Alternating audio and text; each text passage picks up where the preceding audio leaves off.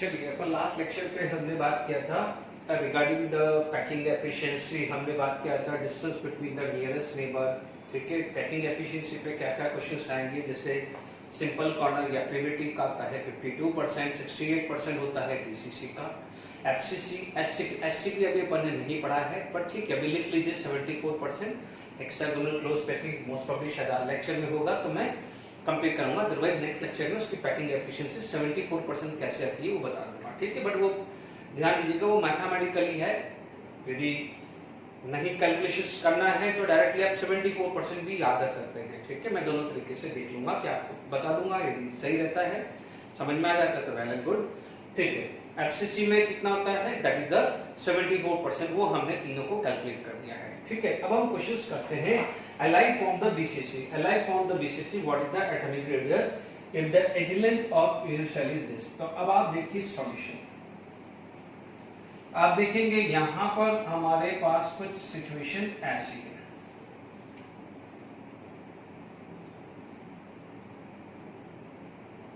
ठीक है, ये हमारे पास था। अब आपको ये पता होगा कि what happen allied from the BCC arrangement, what is the atomic radius? तो आपको पता है कि these are the atom lie at the corner as well as center of the body, यानी सेंटर ऑफ द बॉडी के अंदर भी लाई करेगा। इसीलिए हमने क्या करा था, बॉडी डायगोनल बनाया था। Is it clear? तो अब आप देखिए यहाँ पर हमारे पास क्या फॉर्मूला आएगा, √3a is equal to 4r। ये प्रूव कर चुके लास्ट लेक्चर में। आप देखेंगे यहाँ पर क्या हो जाएगा, दिस स्ट्रक्चर बॉडी डायगोनल जो स्ट्रक्चर आएगा which is √3a प्रूव हो चुका है इक्वल टू 4r। तो बस सिंपल ये फॉर्मूला लगाना है। अब आप देखिए यहाँ पर हमारे पास एलाइड फॉर्म है BCC, what is its atomic radius, यानी आपको r निकालना है। तो अब आसान हो गया है, √3 into 351 पिकोमीटर में ही रखते हैं तो आंसर फाइनली पिकोमीटर में है। तो बस देख लीजिए, तो r कितना आ जाएगा, √3 into 351/4 आएगा। ठीक है, we are going to use the calculator. ठीक है, कैलकुलेटर में फटाफट से अपन बात करें, 351 into 3 का स्क्वायर रूट 351 डिवाइडेड बाय 4, ये आ रहा है 151.98। This value come to be a 151.98 picometre आ जाएगा। डन, तो ये फाइनली आंसर आ गया है। ठीक है, बिल्कुल सिंपल है, ज्यादा दिमाग नहीं लगाना है। A form FCC, what is its atomic radius if the edge length is 400 picometer? कुछ भी ले लिया, 400, 500, 600, बिल्कुल सॉल्यूशंस है। ठीक है, FCC अरेंजमेंट है। FCC का मतलब क्या होता है, यहाँ पर फेस डायगोनल आता है। FCC में क्या होता है, फेस डायगोनल, बॉडी BCC में आता है बॉडी डायगोनल। तो फेस डायगोनल कितना होता है, √2a is equal to 4r, √2a is equal to 4r आता है। Is it clear? अब आप देखिए what is it atomic radius, as usual जैसा ये कराया वैसा ही है। तो it is for your practice. आप देखेंगे √2 एज लेंथ कितना है 400 इक्वल टू 4 into r, तो यहाँ पर कितना आ जाएगा 100, तो r की value 1.41, 4 into 100, it come to be 141.4 picometre. ठीक है, तो ये सिंपल आ गया है। इस स्टेप से काम करना है बीसीसी एफसीसी। यदि यही चीज क्या होता है, सिंपल कॉर्नर आता तो आप क्या बोलते हैं, a is equal to 2r, a is equal to 2r। तो वहां सिंपल कॉर्नर में क्या था, a is equal to 2r। Yes और नो? अब आप देखिए यहाँ पर हमारे पास नेक्स्ट क्वेश्चन हम बात करते हैं, सोडियम एक्सिस, यहाँ पर sodium axis FCC, sodium axis FCC या बीसीसी जो भी है वो रख सकते हैं। ठीक है, सोडियम एक्सिस्ट बीसीसी है ना, तो सोडियम एक्सिस्ट क्या हो जाएगा, बीसीसी आया है। ठीक है, इधर हो गया था BCC. Then if the distance between the nearest sodium atom is 0.368। देखिए यहाँ पर आपके पास क्या हुआ है, बीसीसी अरेंजमेंट है, यानी ये जो ऊपर वाला है वो लिथियम था। फर्क क्या हो जाएगा, सेम ही है, ओनली डिफरेंस आ जाएगा distance between the nearest. Clear to all of you, दो नियरेस्ट के बीच की डिस्टेंस आपको निकालनी है। तो नियरेस्ट के बीच की डिस्टेंस को क्या बोलते हैं, 2r। नियरेस्ट के बीच की डिस्टेंस को आप क्या बोलते हैं, 2r। तो आप देख लीजिए यहाँ पर आपके पास सॉल्यूशंस बात करें, इज इट क्लियर? तो आपके पास क्या हो जाएगा, √2a is equal to 4r, √2a is equal to 4r, ये तो अपन ने प्रूव किया हुआ है। अब आप देखो यहाँ पर √2a is equal to 2 into 2r, where 2r क्या आ जाएगा, it is the distance between the nearest। अब आप देखो कि सर 2r क्यों बोल रहे हो। मैंने आपको समझाया था लास्ट लेक्चर में 1 2 1 3 1 4 बताया था। 1 2 का मतलब क्या हो जाएगा, कॉर्नर पे, यानी सबसे नियरेस्ट डिस्टेंस होगा, ठीक है।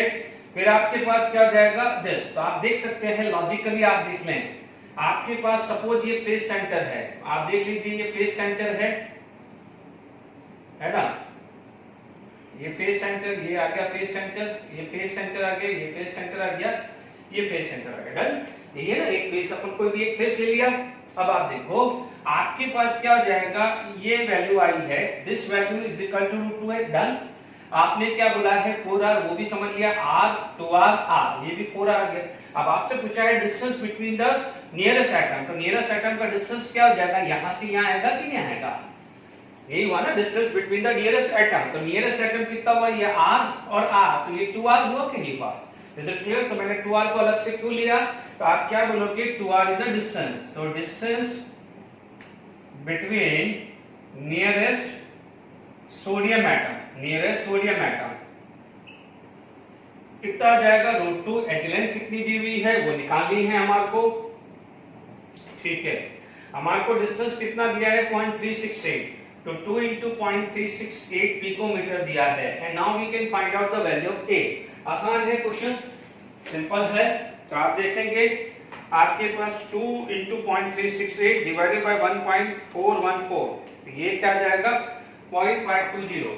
This value come to be 0.520, A की वैल्यू क्या जाएगा 0.520 picometre. Is it clear to all of you, 0.520 picometre. Is it clear to all of you, I hope समझ में आ गया है। I hope 3 questions I think sufficient है, ठीक है। कई बार क्या होता है, जैसे मान लीजिए जब हम आयनिक स्ट्रक्चर में आयनिक कंपाउंड पढ़ाऊंगा, ठीक है, यानी क्या कहता है स्ट्रक्चर ऑफ आयनिक कंपाउंड, तो अभी देखिए यहां पर अपन सिर्फ एटम की बात कर रहे हैं। फॉर एग्जांपल यदि यही आयन होता, सपोज यही आयन होता और बोला जाता कि this have a body centre cubic, या मान लीजिए फेस सेंटर, तो एक चीज का हमेशा ध्यान रखना, हमने जो भी बात करी है अभी एटम की बात करी है, यानी ये एटम है, जैसे मान लीजिए ये सोडियम है ना बच्चों, ये सोडियम, ये सोडियम, ये सोडियम, ये सोडियम, ये सोडियम है, डन। यदि यही बोलते हैं कि सपोज थोड़ी देर के लिए मान लीजिए कि यहां पर मैं लिख देता caesium chloride can exist have FCC BCC kind of structure, caesium chloride can have a BCC kind of structure. तो अब आप समझना कि यदि सीजियम क्लोराइड होगा तो आप क्या बोलोगे कि सीजियम आयन सेंटर में है, तो क्लोराइड आयन क्या हो जाएगा, सराउंडिंग में हो जाएगा। सीजियम आयन यदि सेंटर पे है तो क्लोराइड आयन क्या है, सराउंडिंग में आएगा। सीजियम आयन ही सेंटर पे क्यों है, सराउंडिंग क्लोरीन का है, वो सब मैं डिटेल में पढ़ाऊंगा, बट अभी मान लीजिए इससे एक रिलेटेड क्वेश्चन मैंने डाल दिया, क्योंकि ये प्रोफाइल यही खत्म कर दूं तो बात खत्म, ठीक है। तो अब आप देखिए क्या होगा कि जैसे मान लीजिए सपोज ये नेगेटिव आयन है, ये नेगेटिव आयन है, ये नेगेटिव, ये नेगेटिव, तो this is going to be a positive ion, क्योंकि क्या होता है minus plus minus, minus plus minus, is it clear. Alternate negative positive होता है if it is ionic compound, ठीक है। मान लीजिए ये क्लोराइड आयन है कॉर्नर पे, मान लीजिए ये सब क्लोराइड आयन है, ठीक है, तो क्लोराइड आयन के बीच में कौन आएगा, सीजियम आयन, ठीक है। तो ये ध्यान रखना, मैं आयनिक स्ट्रक्चर जब आयनिक कंपाउंड बताऊंगा तो वहां पर ये सब लिखाऊंगा, बट मान लीजिए मैं एक नुमाइश कर लेते हैं, तो हमारे पास सपोज यही स्ट्रक्चर मैंने ले लिया, ठीक है। अब मान लीजिए यही क्वेश्चन मैं बोल देता हूं कि caesium chloride can have a BCC kind of structure. यदि सीजियम क्लोराइड का बीसीसी स्ट्रक्चर मैंने मान लेता हूं, होता क्या है, सीजियम क्लोराइड का जो स्ट्रक्चर होता है उसके अंदर क्लोराइड आयन कॉर्नर पे होता है और caesium plus is present at the centre of the body, ठीक है। ये ध्यान रखने वाली बात है, मैं लिखा लूंगा, टेंशन मत लीजिए। तो अभी मैं लिख देता हूं क्वेश्चन, मान लीजिए कि caesium chloride can have BCC structure, ठीक है, बीसीसी स्ट्रक्चर आ गया है, ठीक है। मान लीजिए अब पूछा जाता है distance between the cation and anion, मान लीजिए यही आ जाता है कि व्हाट इज द डिस्टेंस, बच्चों मैं वहां पर भी लूंगा, आप टेंशन मत लीजिए, ये जो सब लिख रहा हूं वो वहां पर भी एक बार लूंगा, बट ठीक है, एक बार याद आ गया, एकदम दिमाग में कुछ आ गया है, तो मैं यहां पर ही वर्कआउट कर लेता हूं, मैं वहां पर भी कराऊंगा, बेफिक्र रहिए। What is the distance between cation and anion, आप इसी टाइप का स्ट्रक्चर समझ लीजिए, अब आप देख लीजिए कि यहां पर यदि ये क्या है, late it B this is Cl minus, ये सब Cl माइनस है, तो ये जो सेंटर में है वो क्या है, Cgl प्लस है। तो आप डायग्राम से शायद नहीं दिख रहा होगा, तो आप लिख सकते हैं कि Cl माइनस यदि कॉर्नर पे है, Cl माइनस यदि कॉर्नर पे है तो Cgl प्लस कहां है, सेंटर ऑफ बॉडी पे है। कहां है, सेंटर ऑफ बॉडी पे है। ये ध्यान रखिए, Cl माइनस यदि कॉर्नर पे है तो Cj माइनस कहां है, सेंटर ऑफ बॉडी पे है। Is it clear? तो आप ये चीज का ध्यान रखिएगा कि यहां पर यदि यही चीज आपके पास बन जाए तो let it be the edge length is √3a। तो चलो ये वाला क्वेश्चन भी रख कर ही देता हूं। तो इधर एज लेंथ इज √3a,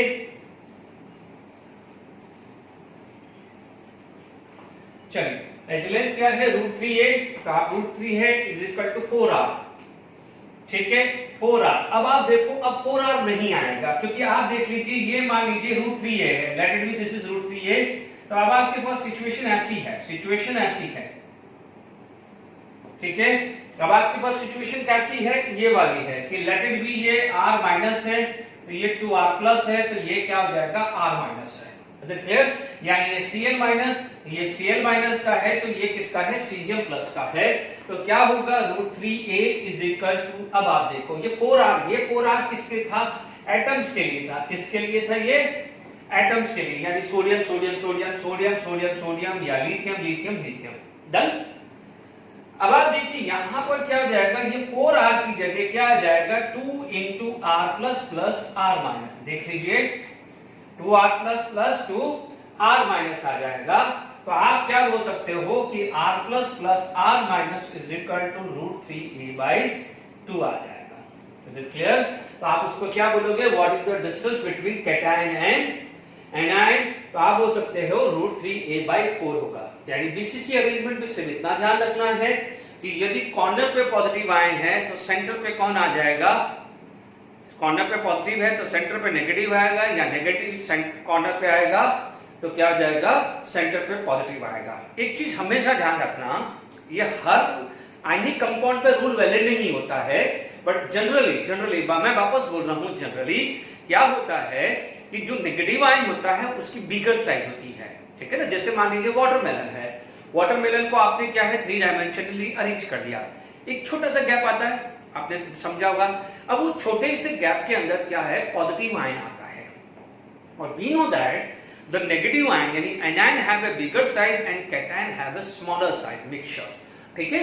तो हमेशा ध्यान रखना है कि जो वॉइड है यानी गैप है, जो गैप आता है ना, जिसको गैप बोलते हैं ना बच्चों, जो गैप है वो कौन ऑक्युपाई करता है, जनरली नॉट ऑलवेज। फिर आपको कहीं मैं बोलूं तो आप बोलोगे नहीं सर आपने तो ऐसा बोला था, जनरली जो वॉइड है या गैप है वो ऑक्युपाई करते हैं पॉजिटिव आयन यानी कैटायन।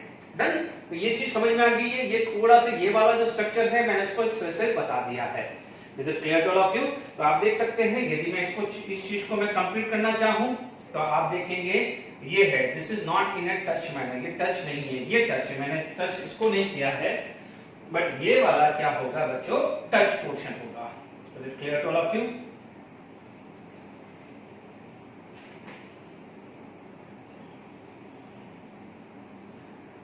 ये वाला क्या होगा, टच पोर्शन, ठीक है।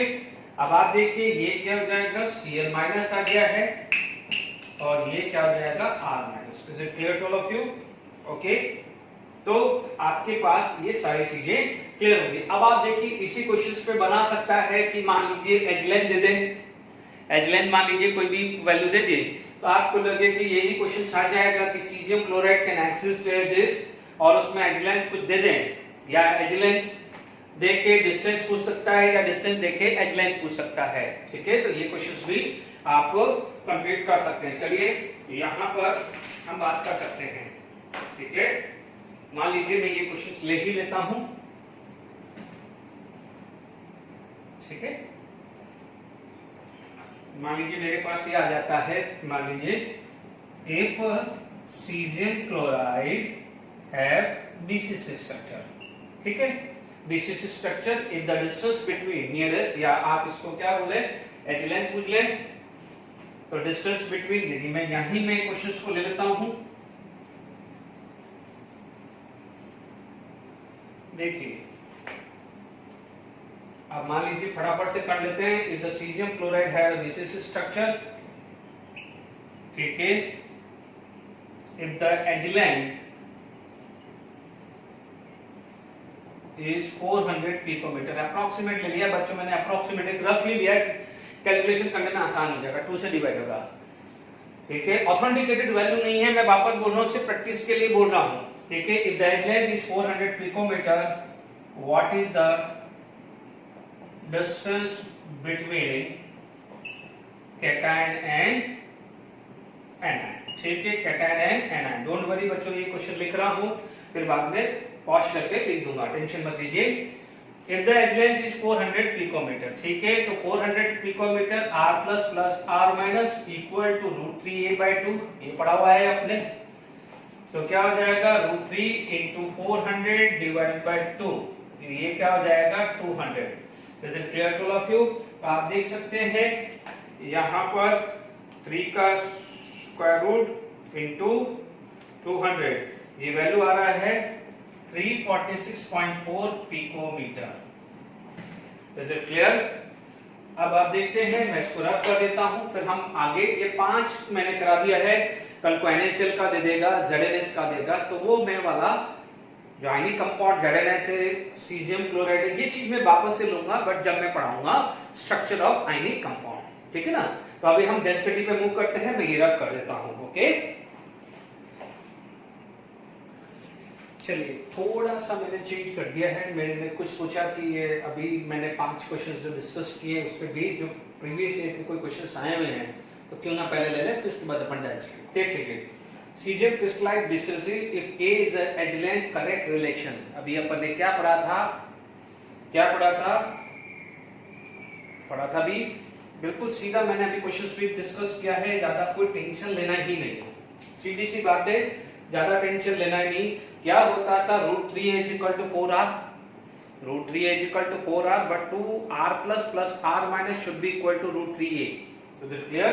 तो r cesium plus r Cl minus is equal to √3a by 2 आया। ये अभी रिलेशनशिप आपको मैंने समझाया, आप देख लीजिए JEE में 2014 का क्वेश्चन है, सीधा क्वेश्चन है, कोई ज्यादा दिमाग नहीं लगाना है, डायरेक्टली हमारे को, क्योंकि देखो बच्चों BCC स्ट्रक्चर डिफाइन कर दिया है, तो आपको इतना तो पता चल गया है कि मान लीजिए कॉर्नर पे यदि नेगेटिव आयन होगा तो सेंटर पे कौन होगा, पॉजिटिव, या कॉर्नर पे पॉजिटिव आयन होगा तो सेंटर पे कौन होगा, negative, positive positive negative positive, और नेगेटिव पॉजिटिव और नेगेटिव। Is it clear? यानी आपके जो रूम के 8 कॉर्नर पे कौन है, नेगेटिव आयन, तो उसके सेंटर पे कौन आएगा, पॉजिटिव, तभी तो ऑल्टरनेट पॉजिटिव नेगेटिव पॉजिटिव बनेगा ना। कॉर्नर से स्टार्ट करो negative, centre of the body positive, वापस से नीचे वाले कॉर्नर पे चले जाओ नेगेटिव, तो ये क्या हो जाएगा, बॉडी डायग्राम। बिल्कुल सिंपल है, ज्यादा टाइम वेस्ट नहीं करें। ये वाला क्वेश्चन ऐसा है जो 2 बार पूछा गया है, 2009 में भी आया हुआ है, exactly word to word, can imagine. अब आप देखो इसके अंदर यदि मैं कोशिश करूं FCC, तो मेरे पास सीधा सा फॉर्मूला है √2a is equal to 4r, कुछ सोचना ही नहीं, एज लेंथ दिया हुआ है तो r, बच्चों 5 भी ज्यादा लगेगा इसमें, ये बस समझना कि सर आपने रिपीटेड कर दिया है, but just to boost up your confidence, आपको ये होना चाहिए कि नहीं अभी हमने जो किया है वी आर राइट। a की वैल्यू क्या दी हुई है, 361 दिया हुआ है, डिवाइडेड बाय 4 कितना रहा है, 127.6 आ रहा है, तो 128, यानी आपके पास क्या हो जाएगा, √2a इंटू 361/4, तो ये वैल्यू चेक कर लीजिए आप, ये वैल्यू कर दीजिए √2a, क्योंकि FCC है तो क्या ये वैल्यू आ रही है या नहीं आ रही है, ये वैल्यू आ रही है, यस, तो ये क्लियर हो गया है। एलाइड फॉर्म BCC, ये तो एग्जैक्टली क्वेश्चन सभी मैंने डिस्कस भी किया है, फिर भी एक बार कर लेते 2 मिनट के लिए। आपके पास क्या है, √3a is equal to 4r, तो आप क्या बोलोगे, r √3 1.732 है ना, a की वैल्यू कितनी दी हुई है 351 डिवाइडेड बाय 4, ठीक है। अभी सॉल्व किया था, फिर भी अपन एक बार लिख देते हैं, 152 आंसर आया था लगभग, इनटू 351 डिवाइडेड बाय 4, जो वैल्यू आ रही है 151.10। तो मैंने एक बार और रिवाइज करवा दिया आपको ये फॉर्मूले। अब आप देख लीजिए यहाँ का सॉल्यूशंस आपको देखना है। बीसीसी ये भी लिया था मैंने लगभग, आप देखिए बीसीसी तो once again √3a is equal to 4r। एजलन दिया हुआ है तो r की वैल्यू √3 है 1.732 4.29 एंगस्ट्रॉम डिवाइडेड बाय 4, तो it's come to be 1.732 into 4.29 divided by 4, ये वैल्यू आ रही 1.85 1.86। कोई बच्चा बोलेगा कि सर हमें कैसे पता चले, आप देख लीजिए ये लगभग वैल्यू 1 पॉइंट समथिंग आएगा 1.05, तो आप देखोगे 1.7 को आप 1.05 देख लो, लगभग 1.86 ही तो आ रहा है, ये तो बहुत दूर है, ये तो 1.7 का जस्ट डबल के आसपास पहुंचा ना, इज इट क्लियर, और वो तो बहुत ही दूर है। तो आप ऐसे सॉल्व कर दीजिए। कैन इमेजिन कितना इजी क्वेश्चंस है, मैंने आपके पास दिया हुआ है, हो सकता है जो मैं क्वेश्चंस बैंक दूं उसमें भी ये क्वेश्चन आ जाए, कोई बात नहीं, just to boost up your confidence कि आप कर पा रहे हैं। चलिए मैं रख कर देता हूं, फिर मैं डेंसिटी लेता हूं। ओके, चलिए डेंसिटी ऑफ यूनिट सेल की बात करते हैं। तो सिंपल डेंसिटी हमारे पास क्या होगा, यूनिट सेल है क्या, यूनिट सेल के अंदर एक वॉल्यूम है जो अनऑक्युपाइड है, और उसके अंदर कॉर्नर पे या सेंटर ऑफ द बॉडी या फेस सेंटर पे या तो एटम्स या आयंस आएंगे। ठीक है, आयंस में ऑल्टरनेट आएगा, पॉजिटिव नेगेटिव, वेरियस एटम होगा तो क्या है, सारे की सारी पोजीशन के अंदर एटम ही आएगा। Is it clear? अभी मोस्टली सारे क्वेश्चंस मैंने एटम के ही मैंने आपको डिस्कस किए हैं। ओके, अब आप देखिए डेंसिटी ऑफ यूनिट सेल की मैं बात करूं तो आप देखेंगे what is the formula of density, आप बोलोगे टोटल मास, मैंने मास नहीं हम लिख सकते हैं, अभी टोटल मास लिखेंगे क्योंकि एक एटम नहीं है, एक से ज्यादा भी पॉसिबल है, तो आप क्या बोलोगे, टोटल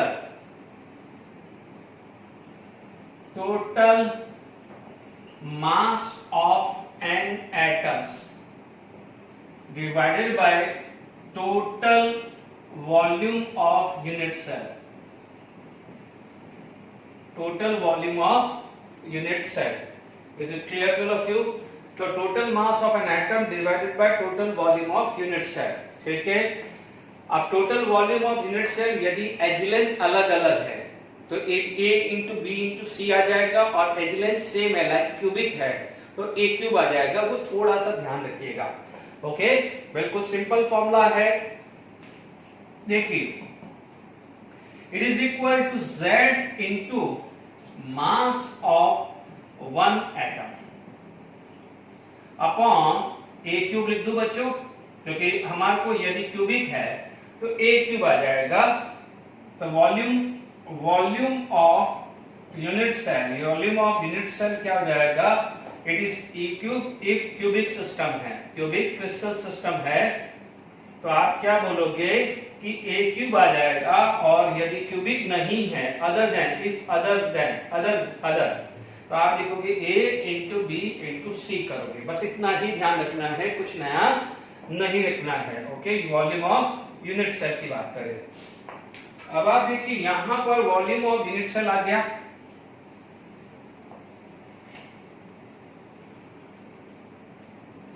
अब आप देखो मास ऑफ वन एटम की बात करें तो आप क्या बोलोगे, मास ऑफ वन एटम हमने पढ़ा हुआ है कि mass of one atom multiply by Avogadro number, it is equal to atomic mass, atomic weight. Atomic weight नहीं लिखना चाहते हैं तो you can write atomic mass. Is it clear to all of you? तो mass of one atom is equal to atomic mass divided by Avogadro number. Is it clear? तो अब आप देखो मास ऑफ वन एटम की जगह आप ये formula भी रख देंगे। जब ये फॉर्मूला आप रखेंगे तो आपके पास डेंसिटी क्या बनेगी, डेंसिटी क्या बन जाएगी, density is equal to Z equal to, sorry mass तो आ गया है, आप क्या लिख सकते हो, Z equal to atomic mass, molecules होगा तो मोलार मास आ जाएगा, है ना, into a cube into Avogadro number. Is it clear? तो ये आपके पास क्या हो जाएगा, this is the formula of density. हम लोगों ने पढ़ा हुआ है Z पढ़ा हुआ है, what is the Z for simple corner 1 8 into 1/8, what is the Z for the BCC 8 into 1 by 8 plus 1 into 1 that is 2 and what is the Z for FCC last lecture में पढ़ा था, it is 8 into 1 by 8 plus 6 into 1 by 2 that is 4। ठीक है, ये given होगा, ये इन data पे हम पहले करते हैं, न्यूमेरिकल्स करते हैं। Is it clear? यानी अब आप देखिए यहाँ पर हमारे पास डेंसिटी का फॉर्मूला बिल्कुल क्लियर हो चुका है। चलिए अब सबसे पहले मैं एनसीईआरटी के क्वेश्चन डिस्कस करता हूं। ठीक है, 3 एनसीईआरटी के क्वेश्चंस है, तो बेटर यही है कि 3 एनसीईआरटी के क्वेश्चंस कर लेता हूं। ठीक है, उसके बाद क्या होता है, क्योंकि just for other practice 3 NCERT questions already sufficient है फॉर द प्रैक्टिस। ठीक है, मैं वर्कशीट दूंगा तो उसमें आएगा, प्लस इसी 3 के बाद जस्ट मैं 2019 के क्वेश्चन पे जो डेंसिटी वाले क्वेश्चन आए तो मैं वो करा देता हूं, तो वो प्रैक्टिस भी हो जाएगा और प्रीवियस ईयर का क्वेश्चन भी लगेगा। Is it clear? तो अब आप देखिए, आप एनसीईआरटी टेक्स्ट बुक का क्वेश्चन हम लेते हैं। ओके, यहां पर 1.3 देखिए, 1.1 और 1.2 इसी के बाद जब मैं आपको टाइप ऑफ पैकिंग है उसके बेस है, तो इसलिए मैं अभी 1.3 से स्टार्ट कर रहा हूं क्योंकि सारे न्यूमेरिकली एक साथ हो जाएंगे। तो we are going for the 1.3 NCERT का 1.3 क्वेश्चंस ले रहा हूं। Is it clear? यदि एनसीईआरटी का 1.3 ले रहा हूं, an element has a BCC structure edge length 288, तो आप देखोगे एज लेंथ क्या है, 288 है, 288 पिकोमीटर है। एज लेंथ स्ट्रक्चर कौन सा है, बीसीसी है, ये भी क्लियर है। Okay, the density of the element is 7.2 gram per centimetre cube. Density 7.2 gram per centimetre cube है। Is it clear? How many atom are present in 208 gram of the element? How many atoms ये पूछ रहा है, और मास कितना दिया है, मास दिया है 208 ग्राम। ठीक है, अब आप देखिए इस क्वेश्चंस को अपन देख लेते हैं। सबसे पहले तो यदि मैं इस क्वेश्चंस में बात करूं, डेंसिटी की बात करूं, नो डाउट हम सबसे पहले क्या करें, मैं आपको एक एडवाइस देता हूं, जो फॉर्मूला है पहले उसको लगाओ। आपके पास डेंसिटी था, Z था, एटॉमिक मास था, ठीक है, डिवाइडेड बाय a क्यूब था, और यहां पर था एवोगैड्रो नंबर। ध्यान दीजिएगा, यहां पर हमने क्या पढ़ा था, what is the definition of atomic mass? It is the mass of 1 mole of atom. It is the mass of 1 mole of atom. तो यदि यही चीज को मैं यहां पर, यदि ये एटॉमिक मास नहीं है, यदि ये नहीं है, तो आप क्या बोलोगे, Z into mass of an element. Mass of an element लिख दिया। ध्यान दीजिए, a क्यूब, तो make sure it is not non as Avogadro number, क्योंकि what is the definition of atomic mass? It is the mass of 1 mole. Mass of 1 mole, तो 1 मोल का मतलब 6.022 का था, बट मान लीजिए वो 6.022 नहीं है, उसकी जगह कोई भी नंबर आ जाए, तो mass of 1 atom into that, it is not a atomic mass. देख लीजिए कि जैसे मान लीजिए आप बोलते हो कि x से और 12 से आया, तो आप बोलोगे this is the mass of 1 dozen, this is the mass of 1 dozen. अभी मान लीजिए x है और इसको एवोगैड्रो लिखोगे, तो आप इसको क्या लिखोगे, मास ऑफ 1 मोल। मास ऑफ 1 मोल को ही तो आप एटॉमिक मास बोलते हैं। ठीक है, अब इसी चीज को x इंटू कोई भी नंबर ले लो, तो मैं इसको क्या बोलूंगा, टोटल मास। क्या बोलूंगा, टोटल मास ही बोलूंगा। Is it clear? क्लियर हो गया कि नहीं हो गया? Is it clear? यानी टोटल मास। तो यहां पर जब भी ये एटॉमिक मास नहीं आया, तो ये एक सिंपल नंबर आएगा, but make sure it is not a Avogadro number. Is it clear? इसीलिए मैं यहां पर Na लिख रहा हूं और यहां पर N लिख रहा हूं, and this is the simple number. ठीक है,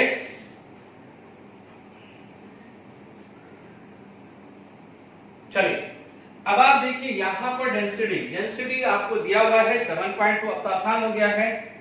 चलिए बीसीसी है, बीसीसी के लिए Z की वैल्यू क्या होती है, फॉर बीसीसी Z की वैल्यू आती है 2, पढ़ा हुआ है लास्ट क्लास में। 2 इंटू मास कितना दिया है 208, a क्यूब, a कितना है, एज लेंथ 288। थोड़ा सा केयरफुल रहना है क्योंकि ये सेंटीमीटर क्यूब है, ये पिकोमीटर है, तो ध्यान दीजिएगा, a 288 picometre, it is equal to 288 into 10 की पावर माइनस 10 सेंटीमीटर। ठीक है, माइनस 10, और ये आ गया है cube. Is it clear? Into, अब n निकाला है, you have to calculate n। अब आपका आसान हो गया है, आप चेक कर सकते हैं फटाफट से।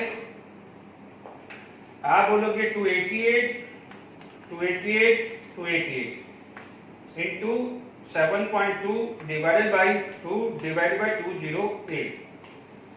ठीक है, अब आप देखो यहां पर आ रहा है माइनस, कितना आ रहा है 30, बट डेसिमल 1 2 3 4 5। ठीक है,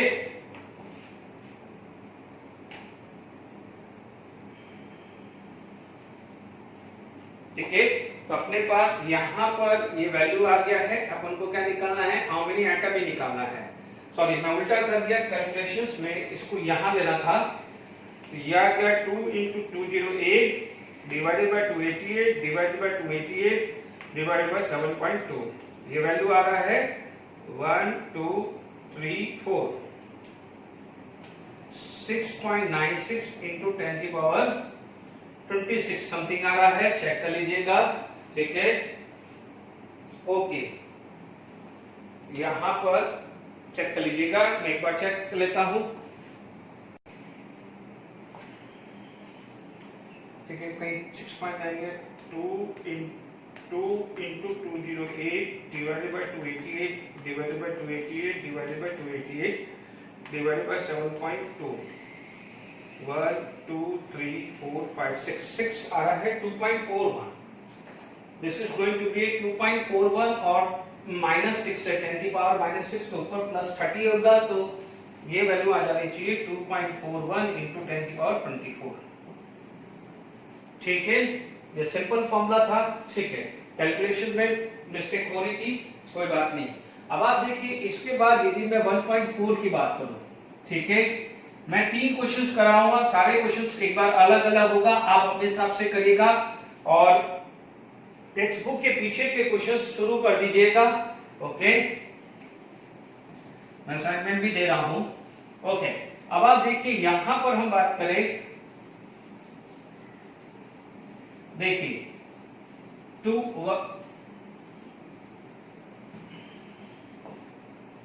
1.4 की बात करें। ठीक है, 1.4 में एफसीसी है। ठीक है, एक्सरे डिफ्यूजन, यहां पर एफसीसी है। ओके, एफसीसी के बाद आपके पास क्या जाता है, एज की वैल्यू कितनी है, एज लेंथ की, एज लेंथ आपको दिया हुआ है, it is going to be 3.608 10 की पावर -8, 3.608 10 की पावर -8 सेंटीमीटर, है ना। In a separate experiment, copper has a density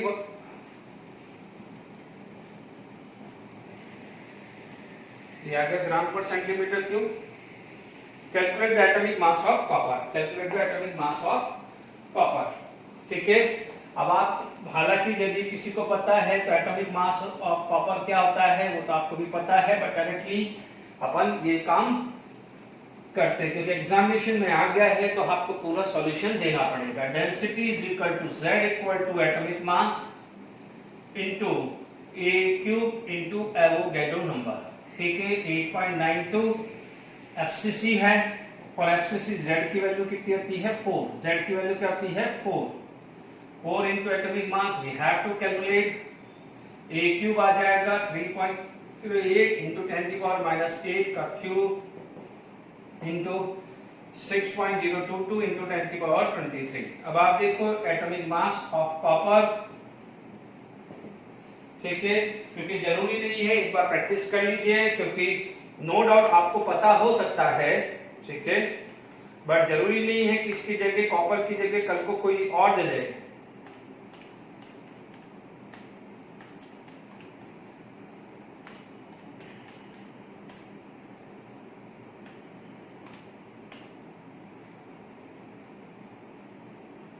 ठीक है, तो आपका आ रहा है 63.07 आ रहा है। ठीक है, यहाँ पर वैल्यू आ रही है लगभग 63.07 ग्राम पर मोल आ जाएगा। Is it clear? आप ये आंसर आ जाएगा। अपनी एनसीईआरटी बुक में अप्रोक्सीमेट 63.1 दिया है, तो कोई दिक्कत नहीं। ठीक है, अब आप देखिए इसके बाद एनसीईआरटी 1.4 के बाद आ जाता है 1.5। बच्चों कुछ बच्चे ये बोल रहे होंगे कि ये क्यों है, ये क्या है, क्योंकि ये ध्यान रखना डेंसिटी इतना इंपॉर्टेंट है, आप ये इजी क्वेश्चंस को जाने मत दीजिएगा, ठीक है, जल्दबाजी के चक्कर में जाने मत देना, क्योंकि एक एक क्वेश्चन इंपॉर्टेंट है और एक ही चीज का ध्यान रखना है कि आपका एक क्वेश्चन मिस हो गया तो ये ध्यान रखना है आपके एक एक मार्क्स के अंदर हजार रैंक चली जाती है, तो ये ध्यान रखना, लास्ट में कई बार इससे से प्रॉब्लम आ जाती है। 1.5 की बात करूं,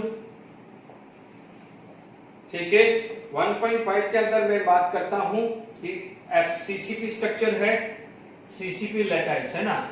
अभी ध्यान रखना सीसीपी लैटाइस का मतलब यूनिट सेल उसका होता है एफसीसी, ठीक है, अभी अपन ने सीसीपी नहीं पढ़ा है बट 3 डायमेंशन में बताऊंगा, बट उसका यूनिट सेल एफसीसी होता है, तो अभी आप एफसीसी लिख दीजिए।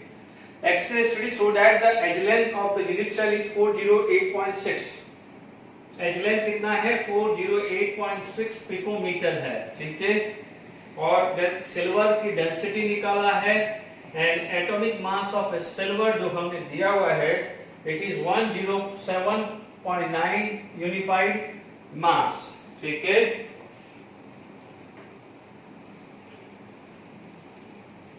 आप देख लीजिए, है ना। अब आप देखिए यहां पर सॉल्यूशन जो आया है density Z into atomic mass into AQ upon Avogadro number, ठीक है। Z की वैल्यू क्या आती है 4 आ गई, 4 इंटू 408.6, ठीक है, पिकोमीटर, क्या कर रहा हूं मैं, 408.6 आ गया है, ठीक है गिरा। तो ये देखिए यहां पर आपका क्या है 107.9, A क्यूब है 408.6 into 10⁻⁻10 cube into Avogadro number, ठीक है, ये आ गया। अब तो आसान है, कैलकुलेटर उठाइए, ठीक है, 4 into 107.9 divided by 408.6 divided by 408.6 divided by 408.6 divided by 6.022, ये वैल्यू आ गई है 1 2 3 4 5 6, 1.0506 आया है, तो कितना आ जाएगा ये -30 और 10⁻⁻7, ठीक है ना, ये क्या हो जाएगा 10⁻⁻7 हुआ तो ऊपर कितना आ जाएगा +7 आ जाएगा, ठीक है। तो यहां पर कितना रहा है 1 2 3 4 5 6 -6 और ऊपर आ जाएगा 10⁻+7, ठीक है, डेंसिटी आ गया है, ओके। तो दिस कम टू बी ए 10.50, ठीक है, 10.50 आ रहा है, बट ध्यान रखना यूनिट बी केयरफुल, ये आ जाएगा ग्राम पर सेंटीमीटर क्यूब, क्या हो जाएगा ग्राम पर सेंटीमीटर क्यूब। यदि मैं एनसीईआरटी बुक के हिसाब से आंसर देखो तो ये है 10⁻50, देखो केजी कितना होता है 10⁻³ केजी, ठीक है, 1 सेंटीमीटर इज इक्वल टू 10⁻², तो ये आ जाएगा 10⁻² metre cube, is it clear. तो ऊपर आ जाएगा 10.50 into 10⁻³ KG per metre cube, ठीक है। एक ग्राम की जगह मैंने इतना केजी रख दिया है और 1 सेंटीमीटर इक्वल टू 10⁻² मीटर, तो मैंने यहाँ पर मीटर क्यूब में है, तो जो भी है आप रखिए, ठीक है ना, जिसमें भी हमें आंसर दिया है। अभी मैं क्वेश्चंस लिख देता हूं जेडब्ल्यू में 2019 के क्वेश्चंस। देखिए जेडब्ल्यू एडवांस 2017, ठीक है, ये क्वेश्चन मैंने इंटेंसली पहले लिया है, बाकी जेडब्ल्यू में 2019 से आप देखेंगे। अभी जस्ट थोड़ी देर पहले हमने पढ़ा था टेक्स्ट बुक का 1.3, देख लीजिए क्या ये सेम है कि नहीं है। जो बच्चे ये सोचते हैं कि एनसीईआरटी बुक कुछ नहीं है, तो आप ध्यान रखना कि एनसीईआरटी बुक करोगे तो ही पहले मतलब आपका जेडब्ल्यू mains and NEET advance text book clear होगा। अभी आप देखो, अभी अपने पास क्या था, यहाँ पर 208 ग्राम था, यहाँ पर 7.2 था और यहाँ पर कुछ 288 पिकोमीटर था ना, ठीक है। आप देखेंगे यहाँ पर सारे के सारे एफसीसी भी था, ठीक है। अपने पास अभी कितना था 24 पॉइंट समथिंग आया था कि नहीं आंसर। देखिए क्या ये आप अपने आप से जवाब दीजिए एनसीईआरटी का 1.3 है कि नहीं, ठीक है। अब आप देखिए कोई बात नहीं, तो इसीलिए कह रहा हूं कि एनसीईआरटी करे बिना आगे मत बढ़ना, मैं बार बार रिपीट कर रहा हूं। Density is equal to z into atomic mass, हालांकि मास आ नहीं सकता तो ठीक है, थोड़ी देर के लिए अपन अब एटॉमिक मास लिख ही देते हैं, ठीक है, into a cube into Avogadro number, ठीक है। तो अब डेंसिटी आपके पास क्या है, इट इज गिवन 8, z की वैल्यू कितनी होती है 4, क्योंकि एफसीसी है, एटॉमिक मास तो है नहीं, एटॉमिक मास तो है नहीं, उसकी जगह क्या है टोटल मास है, तो 56 आ गया है। ये कितना आता है 400 पिकोमीटर, बट किसमें है सेंटीमीटर क्यूब, तो 400 इंटू 10 की पावर माइनस 10 इसका क्यूब आ जाएगा, इंटू आपके पास n निकाला है, अब na नहीं रहेगा, n हो गया है। Is it clear? कैलकुलेशन भी इजी है, आप देख सकते हैं यहां पर ये आ जाएगा 2। Is it clear? अब आप देखेंगे यहां पर n कितना आ जाएगा 256 upon 2 into 4 into 4 into 4 into, अब आप देखिए ये आ जाएगा 10 की power minus 24। Is it clear? क्योंकि मैंने क्या करा है, इसको 10 की पावर माइनस 8 कर दिया है। अब आप देख लीजिए ये कितना हो गया है 64 इंटू 2 128। अब आप देखिए यहां पर कैंसिल हुआ है तो ये 2, 10 की वैल्यू कितनी है, n की वैल्यू कितनी आ गई है 2 इंटू 10 की पावर 24। अब आप देखोगे आपको बोला है कि n इंटू 10 की पावर 24 है, तो आप what is the value of n, तो n की वैल्यू कितनी आ जाएगी 2, तो आंसर आपका कितना आ जाएगा 2। This is the integer type question. Can you imagine, ये क्वेश्चन जेडब्ल्यू एडवांस का है। केमिस्ट्री में आप थोड़ा सा भी एनसीईआरटी या एफर्ट्स लगा देंगे प्रॉब्लम नहीं आएगी। फिजिकल, इनऑर्गेनिक, ऑर्गेनिक में थोड़ा मेहनत करना पड़ेगा। It is clear? अब मैं और क्वेश्चन लेता हूं। चलिए, आपके हमारे पास इन द क्वेश्चन है the ratio of A number of atom present in simple corner BCC FCC. बहुत सारे क्वेश्चन है जनरली मेंस में डायरेक्ट है, हो सकता है आज के लेक्चर में नहीं लूं, 2-3 क्वेश्चन ऐसे होंगे जो अभी ये लास्ट 2 लेक्चर होंगे वो मैं नेक्स्ट लेक्चर में ले लूंगा, तो सब बैलेंस हो जाएगा, ठीक है। The ratio of A number of atom present in simple cubic BCC and this, आप z की वैल्यू वहां पर क्या होती है 1, इसका होता है 2 और 4, तो 1 2 4 डायरेक्ट आंसर है। देख लीजिए, आप देख लीजिए जेडब्ल्यू में 2019, ठीक है। कि copper have FCC cell edge is x, what is the approximate density, तो आपके पास डेंसिटी z की वैल्यू कितनी होती है एफसीसी 4, ठीक है। मास कितना दिया हुआ है 63.55। अब आप देखिए यहां पर एजिलेंट x एंगस्ट्रॉम है, तो -8 का क्यूब आ गया है, और आपके पास एवोगाड्रो नंबर लेना है, तो आप देख सकते हैं कि 6 इंटू 10 की पावर 23 ले लूं तो थोड़ा सा अप्रोक्सीमेशन आ जाएगा। Is it clear to all of you? मैंने 60 ले लेता तो आसान है, तो थोड़ी देर के लिए मेरे को यदि कैलकुलेशंस पॉइंट ऑफ व्यू जाना है तो मैं थोड़ी देर के लिए इसको 60 ले लेता हूं, ठीक है। ये -24 और ये 23, तो अभी अपन सेट कर लेते हैं। तो देखिए यहां पर आ जाएगा ये 6, ये 10 और 4 40 आ रहा है। क्या आ रहा है 10 और 4 40 आ रहा है, ठीक है ना। अपन 40 ले लेते हैं x इंटू 10 की पावर -1, इतना आ रहा है ना, क्योंकि 10 की पावर -24 और 10 की पावर 23 ये आ रहा है, तो ये लगभग कितना आ जाएगा 400 डिवाइडेड बाय x, तो 400 डिवाइडेड बाय x क्या आ जाएगा हमारा, ये आंसर आएगा, क्योंकि मैंने 63.55 को कैलकुलेशंस करने के लिए मैंने 60 लिया है, ठीक है ना। तो एक्चुअली 63.55 है तो 400 से ऊपर जाएगा, या आपको डायरेक्टली कैलकुलेशन होता है तो फटाफट से कर दीजिए। जेडब्ल्यू में 2019 का क्वेश्चन। अब आ जाइए, एवोगाड्रो कांस्टेंट को इसने लिया है एज लेंथ, आपके पास 200 पिकोमीटर दिया है, ठीक है। सिंपल सा यहां पर आप बात करें डेंसिटी, यहां पर डेंसिटी z कितना है आप बात कर सकते हो एफसीसी, तो ये 4, आपके पास क्या है हैविंग ए डेंसिटी, तो आपको मोलार मास निकालना है, तो मैंने क्या निकालना है यहाँ पर मोलार मास, तो आप पहले या तो यही क्वेश्चन अपन ने सॉल्व कर दिया है, यहाँ पर करिए। बच्चों जल्दबाजी मत करना, बोर या कुछ ऐसा नहीं है कि सर रिपीटेशन हो रहा है, सिर्फ एक कॉन्फिडेंस की बात है। 4-5 क्वेश्चन हर प्रोफाइल का करोगे, आप देख लीजिए ये इतने इजी हैं तो भी आपके क्वेश्चन आ रहे हैं ना एग्जाम में, तो क्यों जाने दोगे। आपके पास डेंसिटी कितना है 9 10 की पावर 3 है, ठीक है, तो 9 इंटू 10 की पावर 3 आ गया, ओके। यहाँ पर आपके पास एफसीसी था तो 4 ले लिया है, मोलर मास निकालना है तो x ले लिया है हमने, और 6 इंटू 10 की पावर 23 लिया है, और ये है 200 इंटू रूट 2 पिकोमीटर है तो 10 की पावर -3 इस क्यूब ले लिया है। अब आपके x की वैल्यू आ जानी चाहिए, ठीक है।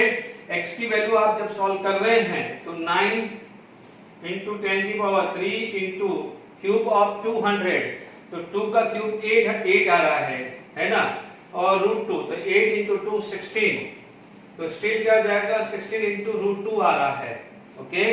यहाँ पर कितना जाएगा -8 का क्यूब 10 की पावर 24, तो यहाँ पर आ जाएगा 0.6 लिख रहा हूँ बच्चों। 0.6 क्यों लिख रहा हूँ, क्योंकि ये और ये वैल्यू को 0.6 लिख रहा हूँ, दिस वैल्यू इज 0.6, तो ये वैल्यू 0 आ गया है। यहाँ पर ये -8 का क्यूब 10 की पावर -24 -1, तो ये 0.6 लिखा है।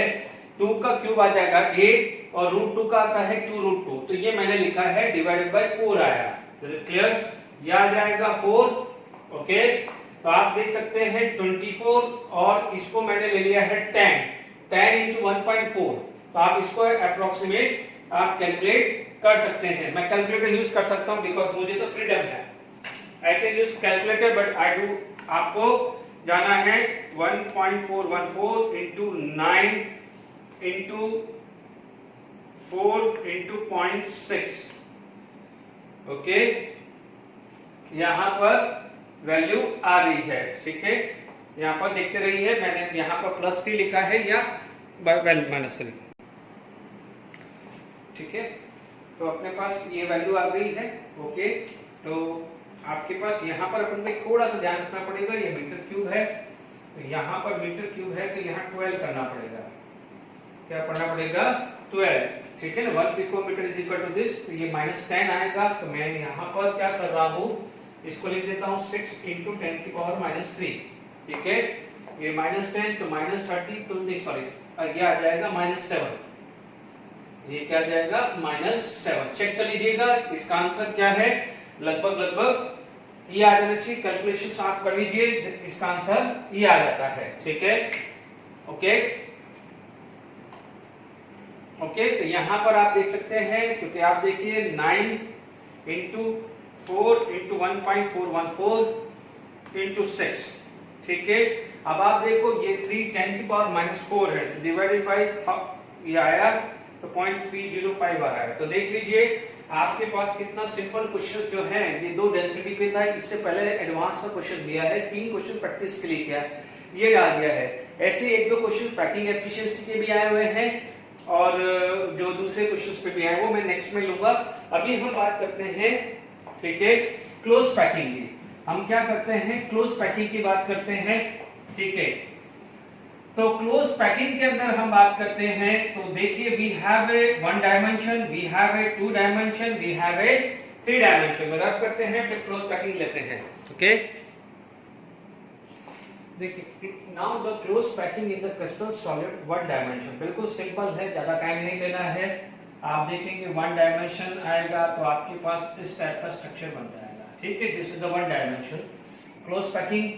यदि मैं सेकंड टाइप की बात करूं, 2 डायमेंशन हम बात करें तो स्क्वायर क्लोज पैकिंग की, तो ये ध्यान रखिए, तो स्क्वायर क्लोज पैकिंग में क्या हो जाएगा, एरिया आएगा, ठीक है। तो आप एरिया क्या हो जाएगा स्क्वायर का, मान लीजिए आपके पास ये था, एक बार और देख लीजिए, ठीक है ना, दिमाग से निकल गया हो पीछे।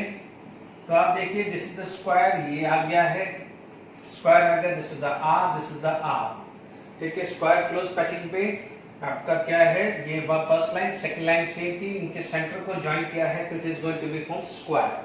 अब आप देखो एरिया ऑफ स्क्वायर बात करो, ठीक है, because square is the unit cell, तो आप बोलोगे it is the a square, है ना, बट ए कितना है, आर है, तो 2r स्क्वायर हो जाएगा, this is equal to 4r square, done. अब आप देखिए this is known as circle, तो अभी थोड़ी देर के लिए आप बात करते हैं area of a circle. Area of a circle आप बात करते हैं तो it is equal to pi r square, it is equal to pi r square, इतना ध्यान रखिए। But we all know that यदि मैं इस सर्कल की बात करूं तो इस सर्कल के अंदर सिर्फ इतना पार्ट आ रहा है, इतना पार्ट आ रहा है, इतना पार्ट आ रहा है, तो व्हाट हियर z कितना जाएगा, how many corner, 1 2 3 and 4 corner, 4 corner. यदि ये 2 डायमेंशन है, it is not 3 dimension, just like is a cubic system. Cubic के अंदर कॉर्नर था तो आप बोलोगे एक यूनिट सेल एक कॉर्नर को टच कर रहे थे, but this is the 2 dimension.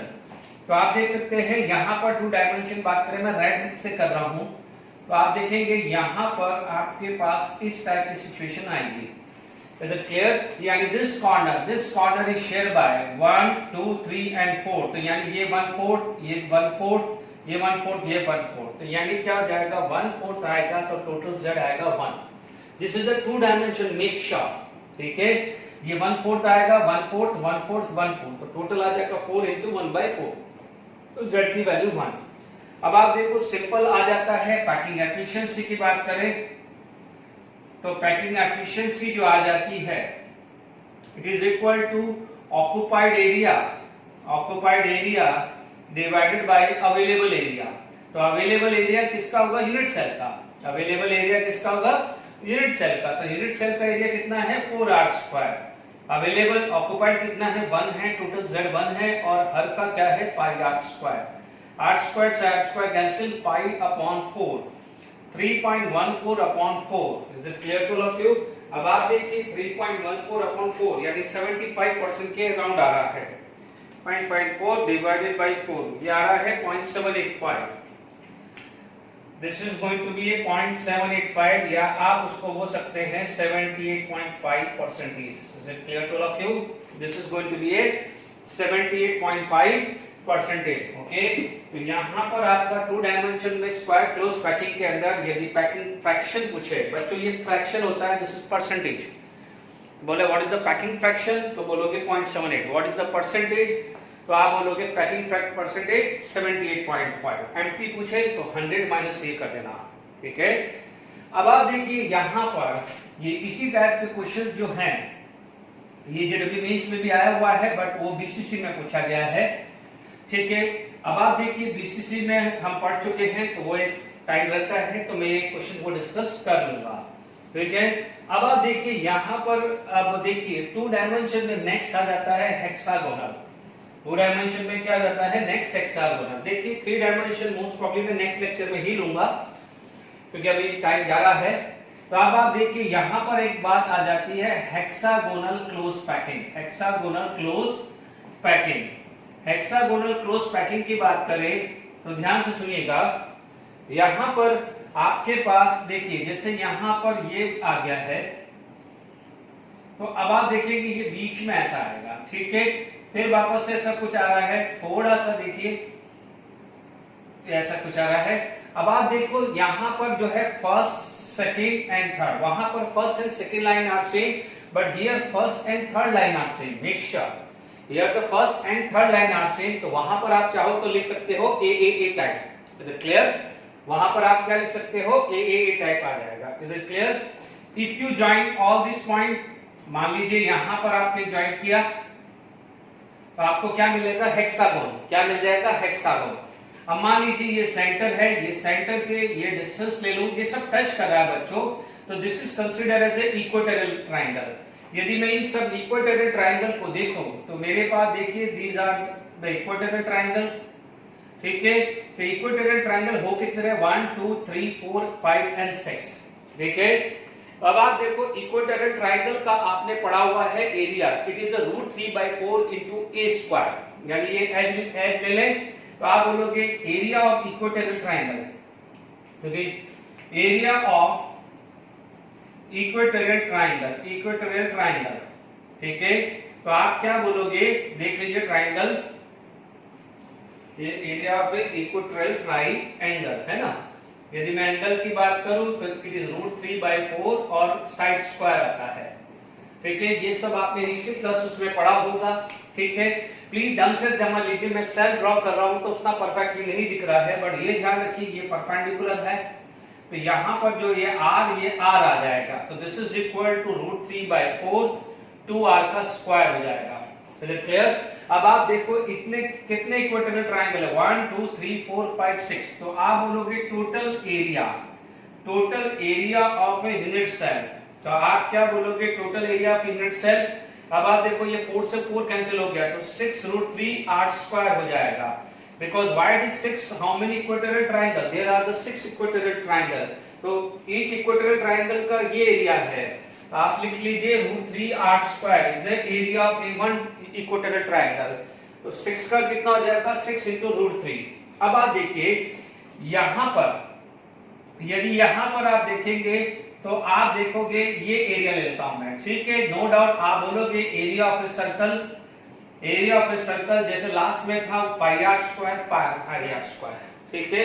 अब आप देखो ये हेक्सागोन है, हेक्सागोन में क्या है 1/6 पार्ट आ रहा है, ठीक है। तो आप या ऐसा लिख सकते हैं, यदि पूरा नहीं लेंगे तो आप देख लीजिए ये वाला जो पार्ट है, suppose if I am considering this part, ये वाला पार्ट आएगा तो ये 1/3 आ रहा है, this is going to be 1/3, ये 1/3 1/3 1/3, तो how many such type 1 2 3 4 5 and 6, ठीक है। तो अब आप देखिए total area of a circle में बात करूं, प्लीज ढंग से समझना, total area of a circle. अब आप देखो यहां पर जैसे मान लीजिए मेरे पास ये सर्कल है, आप एक ही चीज का ध्यान रखिए, आपके पास इस तरह से हेक्सागोन बन रहा है, इस तरह से देखिए सेंटर टू सेंटर मान करें और आसान रहेगा, ठीक है। आप देखेंगे ये सेंटर है, ये सेंटर, तो ये मार्क करके रखिए, ठीक है।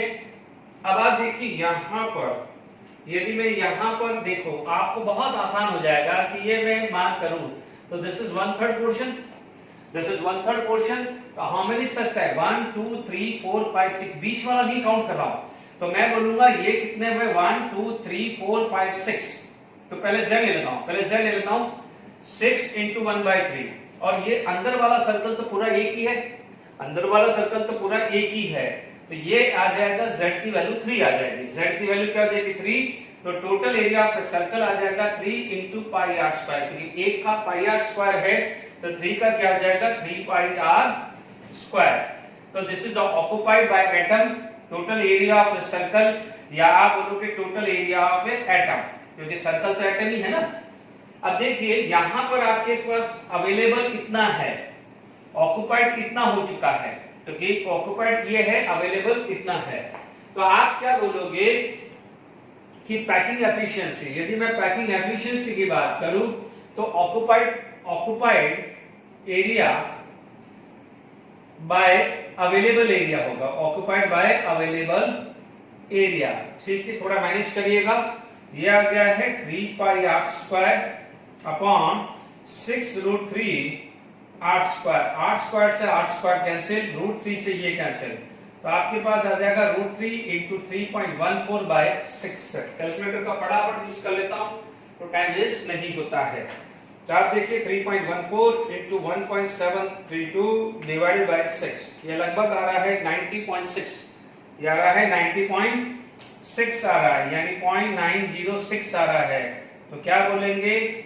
और we can say 90.6%, is it clear, कितना ऑक्युपाइड आ जाएगा 90.6% आएगा, ठीक है। हमारे टेक्स्ट बुक के अंदर 2 डायमेंशन दिया हुआ है, square and this, but packing efficiency पूछ सकता है, ध्यान दीजिएगा, आप ये मत सोचना कि एनसीईआरटी बुक में नहीं दिया हुआ है तो नहीं पूछेगा, भाई पैकिंग एफिशिएंसी टॉपिक है, यदि हमारे एनसीईआरटी बुक में पैकिंग एफिशिएंसी टॉपिक है तो पूछ सकता है, तो be prepare for that, okay.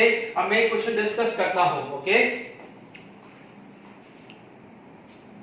देखिए ये बहुत अच्छा क्वेश्चन है, the radius of a large sphere which fit properly at the edge of a BCC unit cell is the large sphere which fit properly, तो यानी ध्यान दीजिए एक बीसीसी अरेंजमेंट है, वो तो छोड़ दीजिए, आप देखेंगे यहां पर एक बहुत सही बात बोली है कि एच पे आना चाहिए, किस पे आना चाहिए, एच पे, वो बॉडी सेंटर पे नहीं बात कर रहा, तो अब आप देखिए सपोज यहां पर कॉर्नर थे, ठीक है, ये कॉर्नर था और यहां पर एक बॉडी सेंटर होता था, ठीक है ना।